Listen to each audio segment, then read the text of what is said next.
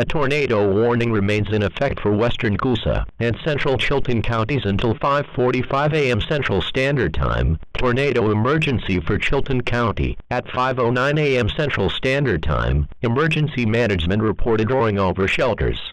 Perry County has also reported damage from this tornado. This tornado was located near Maplesville, or 12 miles southwest of Jemison, moving east at 50 miles per hour.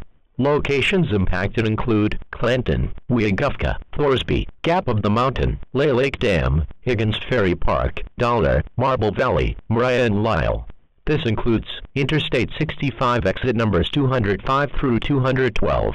To report severe weather, call 1-800-856-0758.